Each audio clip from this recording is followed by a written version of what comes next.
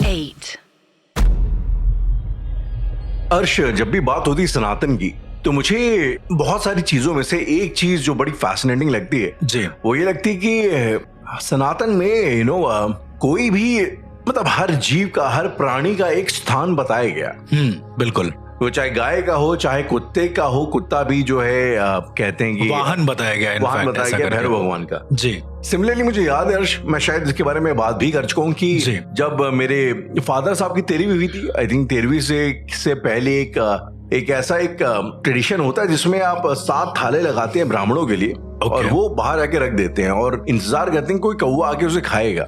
And ये बड़ा ही weird है, बड़ा फैसिनेटिंग है कि जब मैंने अपने फादर के लिए किया है तो जेन्युइनली ये कौवा आया और सबसे पहले उसने पहली वाली थाली में खाया, फिर दूसरी में खाया, ऐसा चख के फिर वो चला गया। और ये मेरे आंखों के सामने, मेरे लिए ये किसी मिरेकल से कम नहीं था, चमत्कार हो गया, एक तरीके का चमत्कार था। आपने रामायण देखी है राइट? बिल्कुल देखिए। तो रामायण में एक सीन है जहाँ पे जब श्री राम का जन्म हुआ होता है तो एक कौवा आता है, उनके बगल में बैठता है और कुछ खाना खा के जाता है। जी। आपको पता है बात, ये सीन रियलिटी में ऐसा हुआ था?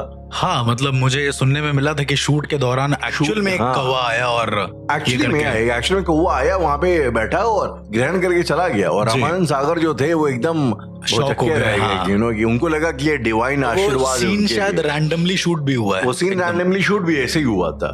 तो कुल मिला की बात ये जो मैं कहना चाहता था ये है कि एक ऑर्डिनरी सा एक जो पक्षी है कौवा, उसकी भी एक अहमियत बताई गई है बहुत ज्यादा। और अगर हम बात करेंगे कौवों की तो एक कैरेक्टर है जो शायद सबसे पहले जहन में आता है, वो कैरेक्टर है काकभूषुंडी का। काकभूषुंडी जी का। जी। जो मुझे ऐसा लगता है Kakbhushundi is the original time traveller. बिल्कुल। और न जाने कितने हजार थ्योरियां बन गई हैं काकभूषुंडी जी को लेकर। जी। मेरा ऐसा मानना है, जब भी मैं कभी बात करता हूँ, इवन जैसे जब मेरी दादी जिंदा थी तो मैं उनसे बात करता था कि दादी रामायण में कौन सा कैरेक्टर जो है वो बहुत ज्यादा इंटरेस्टिंग है, तो उनके हिसाब से भी उनको काकभूषुंडी जी बड़े इंटरेस्टिंग लगते थे। और बड़ी इंटरेस्टिंगली राहुल, मुझे तो पता भी नहीं था ये बात, उन्होंने मुझसे बोला था कि ये बहुत पूजनीय है, बहुत बड़े ब्राह्मण हैं। जी। लेकिन अगेन जब धीरे धीरे जैसे जैसे उम्र बढ़ी, जब मैंने रिसर्च करी तो मुझे पता चला कि ये शूद्र है। अब ये कंफ्यूजन मुझे नहीं समझ में आया। ये बड़ी इंटरेस्टिंग स्टोरी है। कहते हैं कि ये एक शूद्र थे लेकिन ये शिवजी के बहुत बड़े भक्त थे। ओके। और ये अच्छा भाई भी ये कुछ हद तक आपकी तरह थे, ये बहुत ज्यादा वैष्णव संप्रदाय को नहीं मानते थे। विष्णु और वैष्णव ये संप्रदाय में ज्यादा थे, मतलब शिव जी को मानने वाले वाले में ज्यादा थे। तो एक वक्त की बात है, कोई ऐसी कोई पूजा करने जा रहा होता है शायद विष्णु जी की, और ये कुछ उपहास करते हैं, कुछ बोलते हैं, तो शिवजी नाराज हो जाते हैं और शिवजी इनको श्राप देते हैं कि तुम जो है इंसान योनि में जन्मने के लायक नहीं हो। और काकभूषुंडी को एक श्राप ये मिलता है कि तुम जन्मों जन्मांतर तक जिंदा रहोगे और तुम कौवे बन के जिंदा रहोगे। ओके। लेकिन फिर जो है जो इनके गुरु थे काकभूषुंडी के, वो माफी मांगते हैं शिवजी से। उसके बाद काकभूषुंडी को थोड़ा रिलीफ मिलता है और शिवजी कहते हैं कि तुम जो है एक ब्राह्मण की तरह पूजे जाओगे और इवेंचुअली श्री राम आकर तुम्हारा उद्धार करेंगे। ये बेसिकली एक स्टोरी थी काकभूषुंडी की। जी। मतलब राहुल, जो मैंने सुना था, मैंने थोड़ा सा अलग सुना था। मैंने ये सुना था कि पहले काकभूषुंडी जो थे वो शूद्र पुत्र थे और वो शिव भगवान शंकर को मानते थे। जी। लेकिन उन्होंने एक बार अपने गुरु का अपमान किया, जैसा आपने बताया। तो उनको पहली बार जो श्राप, उनको 2 बार श्राप मिले थे, ऐसा कहा गया है, मतलब ऐसा मैंने सुना है। तो पहला जो श्राप था वो श्राप ये था कि तुम अनंत काल तक जिंदा रहोगे, 1000 साल तक जिंदा रहोगे और हर जन्म की याद तुम्हारे जहन में रहेगी, मतलब तुम्हारा ज्ञान नहीं मिटेगा। लेट्स सपोज हमने अपनी जिंदगी में जितना जिया, हमको सब याद है अगले जन्म में भी। इट्स लाइक वो वाला कॉन्सेप्ट। और उसके बाद फिर वो जब नेक्स्ट जन्म लेते हैं तो ऐसा कहते हैं कि वो किसी और ऋषि के साथ उनके शिष्य बनते हैं, फिर उनका भी तर्क वितर्क करते हैं वो बार बार कि ऐसे नहीं हो सकता, क्योंकि उन्होंने पहले की जिंदगियां देखी होती हैं एक तरीके से, तो तर्क वितर्क करने लगते हैं। तो जो ऋषि होते हैं वो श्राप दे देते हैं कि तुम जैसे इतना ज्यादा बकबक कर रहे हो, कहाँ कर रहे हो, तो आज से तुम मतलब कौवे की योनि में चले जाओगे इसके बाद से। ये अच्छा, एक चीज और बड़ी इंटरेस्टिंग अर्श की, जो भूषुंडी का जो मतलब होता है ना जी, भूषुंडी का मतलब शास्त्रों के हिसाब से होता है वो जो कि मन से उपजा है। ओके। मतलब तो मतलब जो कि मन ने सोचा और प्रकट हो गया, उस तरीके से मैनिफेस्टेशन, अगर आप आसान भाषा में बोले तो मैनिफेस्टेशन को भुषंडी एक तरीके से बोला जाता है। यानी एक कौवा जो मन की उससे उत्पन्न हुआ है, इस तरीके से। कौवा जो एक मन के विचारों से, मन के भाव से उत्पन्न हुआ है। तो मतलब आप ये समझ सकते हैं कि काकभुषुंडी क्योंकि इतने सालों का ज्ञान अपने दिमाग में लेके हैं, तो मतलब ही इज अ वेरी, कहते हैं ना, एक इंटेलेक्चुअल बी। वो एक ऐसा वो प्राणी है जो कि बहुत ही मानसिक उससे काफी आगे है। मानसिक उसका ये काफी इंटरेस्टिंग है। मतलब हाँ, जब मुझे पता लगा तो मुझे I mean apart from the fact कि ये रामायण का कैरेक्टर है और इनकी खुद की कहानी बड़ी वो है, लेकिन यू नो हमारे शास्त्रों ने, सनातन ने मैनिफेस्टेशन को भी जो है ना एक तरीके से एक स्वरूप दिया है, एक एग्जाम्पल दिया उसका, यू नो, कि आप मैनिफेस्टेशन के बारे में आज जितनी बातें करते हैं, ये करते हैं, लेकिन वो भी एक कौवे के समान है, क्योंकि 24 घंटे कहाँ करता रहता है। आपका मन भी कुछ वैसा ही है, 24 घंटे कहाँ करता रहता है। ध्यान दोगे तो उसी में फंस के रह जाओ। एंड इनफैक्ट अगर आप मन की चीजें देखेंगे राहुल, तो काकभुषुंडी जी को ही मैं ले रहा हूँ, क्योंकि कहते हैं कि multiverse, you know, time traveller है, वो ऐसा वैसा है। तो मन भी तो हमारा मल्टीवर्स में ट्रैवल करता है राहुल, इजंट इट? कि मतलब वो कुछ भी सोच सकता है, कहीं पर भी जा सकता है। अब ये यू नो अपनी अपनी थ्योरीज हैं हर्ष। अब एक थ्योरी कुछ ये भी कहती है कि एक एवरेज माइंड एक दिन भर में 60,000 के आसपास हमारे दिमाग में थॉट्स आते हैं। ओके वो मतलब वॉलंटरी होते हैं, इनवॉलंटरी, मतलब या तो सोचे हुए होते हैं हमारे, या आसपास उपजे होते हैं कहीं से। मतलब आप कई बार अगर आप देखो इस तरीके से हर्ष, तो इट्स लाइक कि सपोज कर लो आप बाइक चला रहे हो, सड़क पे बाइक चला रहे हो, साइकिल चला रहे हो, और रास्ते में कुछ ऐसा होता है कि आप जा रहे हो, आपने किसी को पास दिया, वो आगे बढ़ गया, मतलब आपका दिमाग तो ट्रैफिक के हिसाब से चलता रहता है ना जी। तो हर मूवमेंट जो आपके आसपास हो रही है वो एक थॉट है।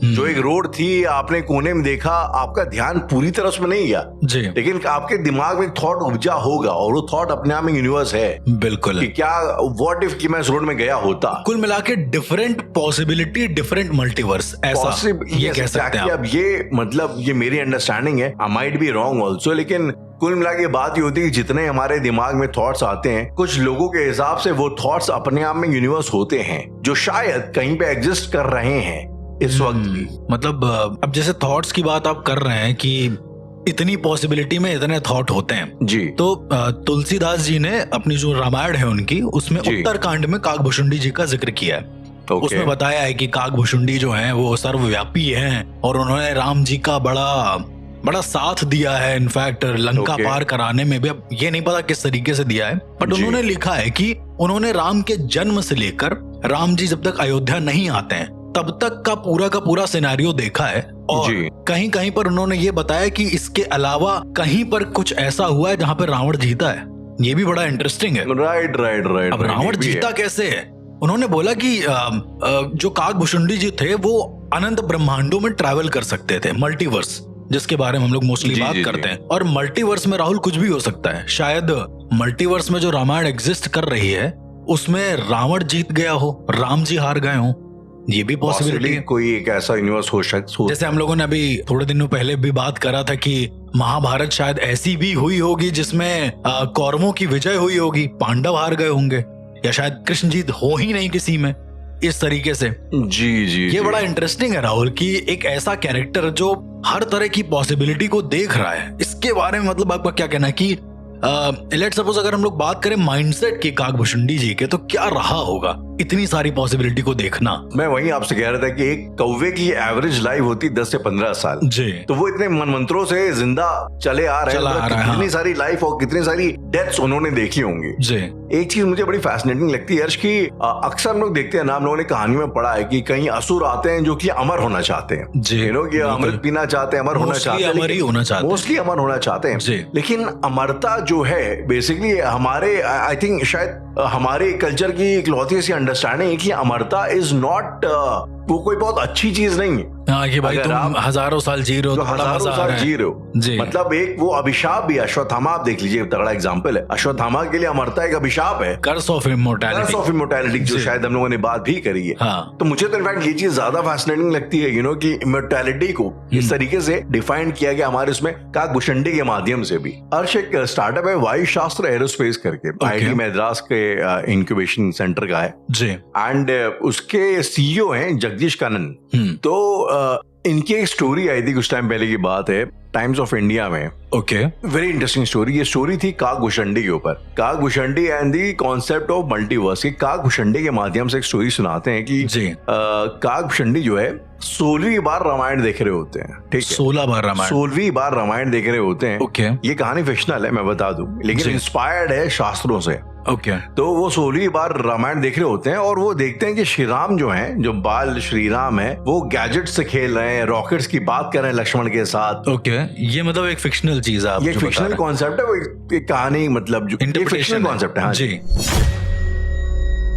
तो ये काकभूषणी देखता है, उसको बड़ा ताज्जुब होता है, कहता है यार ये तो मतलब अगर अगले रामायण तक तो जो है इंसान टाइम ट्रैवलिंग वगैरह भी सीख जाएंगे। अच्छा, तो ये हाँ, तो वो ये थॉट लेके वो जाता है और एक ऐसा अपने पंख हिलाता है। वो सोचता है कि मैं अपने जो गुरुजी हैं लोमासा गुरुजी से जाके पूछूंगा इसके बारे में, जिन्होंने श्राप दिया होता है उनको, जिन्होंने श्राप दिया होता है काकभूषणी को जी। तो उसके बाद वो ऐसे हाथ इस तरीके से घुमाता है, सामने एक वार्म होल क्रिएट होता है। वार्म होल के बारे में भी हम लोग बात करेंगे जी। और उसमें घुसता है और फिर वो एक दूसरी डायमेंशन में पहुंच जाता है जहाँ पे लोमासा है। तो इनके फिर काकभूषणी और लोमासा के बीच में बातचीत हो रही है। वो बताता है कि भाई ऐसा ऐसा है, 16वीं बार मैं इसको देख रहा हूँ और जाने कितनी बार मैं महाभारत देख चुका हूँ। तो मेरा मतलब श्री राम का, जिन्होंने मुझे ये दिया था आशीर्वाद की तुम जो है ये देखोगे, तो उनका लॉजिक क्या था उसके पीछे, मतलब क्यों चाहते थे कि मैं ये देखूं।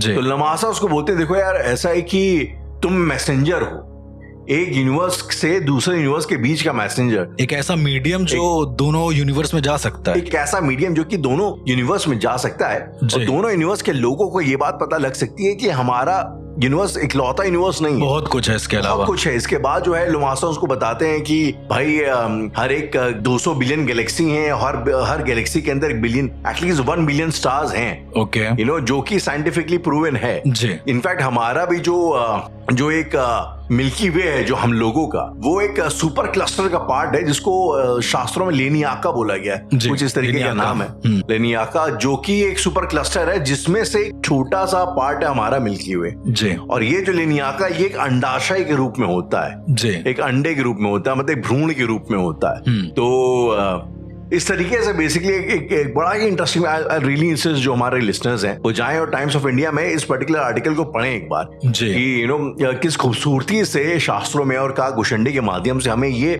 इतने सटल और इतने बारीक कॉन्सेप्ट समझाने का प्रयास किया जा रहा है। मल्टीवर्स हो गया, चाहे क्रिएशन हो गया, थ्योरी की हम लोग शायद पहले भी बात कर चुके हैं, कल्प की मनवंतरों की बात कर चुके हैं, किस तरीके से कहा जाता है कि विष्णु जी के नाभि में से एक संसार क्रिएट होता है और डिस्ट्रॉय भी होता है। जितनी बार सांस लेते क्रिएट होता है, जितनी बार सांस छोड़ते हैं डिस्ट्रॉय होता है। तो कहीं ना कहीं ये सारे जो कॉन्सेप्ट है, अगर आपको ऐसा लगता है फिक्शनल है, तो माइंड यू ये कहीं ना कहीं रियलिटी से इंस्पायर्ड भी हैं, कहीं ना कहीं तो है बिल्कुल। और ऊपर से जब आपने वो मुझे बोला ना कि वो काकभूषणी जो होते हैं अपने हाथों को हिलाते हैं, देन एक वार्म होल क्रिएट होता है, मैं सीधा पहुंच गया डॉक्टर स्ट्रेंज में। पता नहीं कितने लोगों ने देखी है कि नहीं।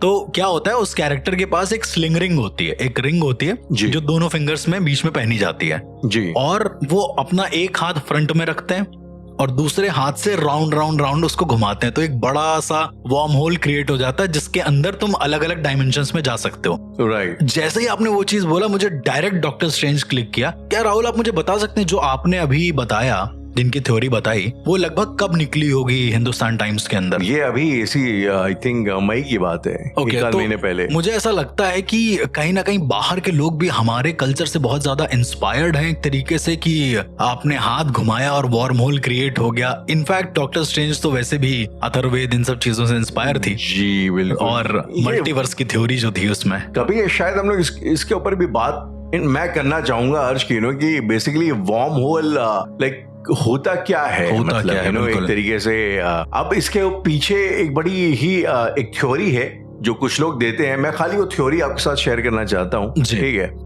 जब ब्लैक होल्स की बात होती है, जो गैलेक्सीज में ब्लैक होल होते हैं, कहते हैं कि वो एक ऐसी जगह है जहाँ पे टाइम भी आके बेंड हो जाता है। अगर आपने वो फिल्म देखी हो मैथ्यू मैककॉनहे वाली, जो कि स्पेस के ऊपर बनी, मुझे अभी नाम याद नहीं आ रहा जी, तो उसमें भी वो उनका स्पेसशिप जो है एक ब्लैक होल में जाता है, उसके बाद उनका टाइम चेंज हो जाता है बेसिकली। उनके टाइम की यूनिट जो हमारा 5 मिनट होता है वो उनके लिए शायद 1 साल हो जाता है, 1 साल हो जाता है। तो ये ये एक चीज होती है। तो black hole basically it's like saying कि अगर आप एक शीट लीजिए पेपर की, ठीक है, एक पेपर लीजिए, उस पेपर में पॉइंट ए बनाइए और पॉइंट बी बनाइए, ओके, ठीक है। अब वो पेपर में 2D में वो दूर है, राइट जी। लेकिन अगर आप उस पेपर को फोल्ड कर देंगे और चिपका देंगे इस तरीके से, तो आपका ए और पॉइंट बी आपस में चिपक भी सकते हैं, बिल्कुल। तो ये जो होता है ये एक तरीके से होता है लाइक अ वर्म होल। ओके, आप बस इसको इस तरीके से इमेजिन करिए कि टाइम की डायमेंशन को आपने ऐसे घुमा दिया है कि आप पॉइंट ए से आप साल 2000 समझिए, साल 200 से 2000 BC से जी अभी के 2024 के बीच में आपने एक सॉर्ट ऑफ एक टनल क्रिएट कर लिया जी। एंड दैट इज व्हाट वो worm hole is sort of technically. मतलब इसमें भी समय का ही खेल है एक तरीके से। ऑब्वियसली समय का ही खेल है।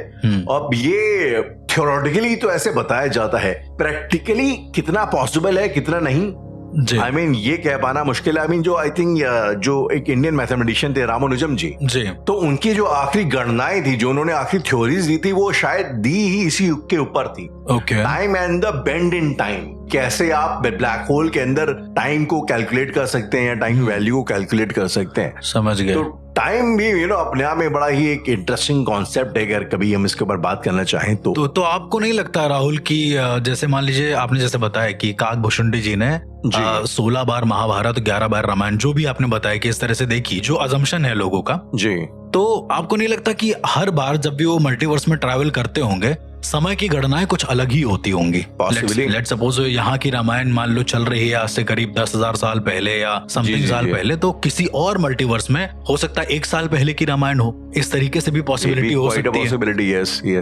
क्योंकि जब काकभूषुंडी ये सब देखते हैं, ये सारी चीजों को ऑब्जर्व करते हैं, तो वो ये कहते हैं कि मतलब उनके एक संवाद में, गरुण और काकभूषुंडी जी के संवाद में एक लाइन ये भी आती है जहां पर वो कहते हैं कि इस डायमेंशन की, मतलब इस यूनिवर्स की जो रामायण है वो सबसे एक्यूरेट है। एक्यूरेट एज इन ऐसा ही होना चाहिए, जो और जगह हुआ है शायद वो गलत है। उदाहरण के तौर पे एंड गेम आई थी एवेंजर्स में, तो उसमें डॉक्टर स्ट्रेंज जो होता है, वो जो मेन विलन होता है, उससे ये लोग जीत नहीं पा रहे होते हैं, ठीक है। तो वो क्या काम करता है कि वो ध्यान लगाता है, उसके पास टाइम स्टोन होता है, तो जैसे ही वो ध्यान लगाता है वो सारे मल्टीवर्स में ट्रैवल करता है, ठीक है।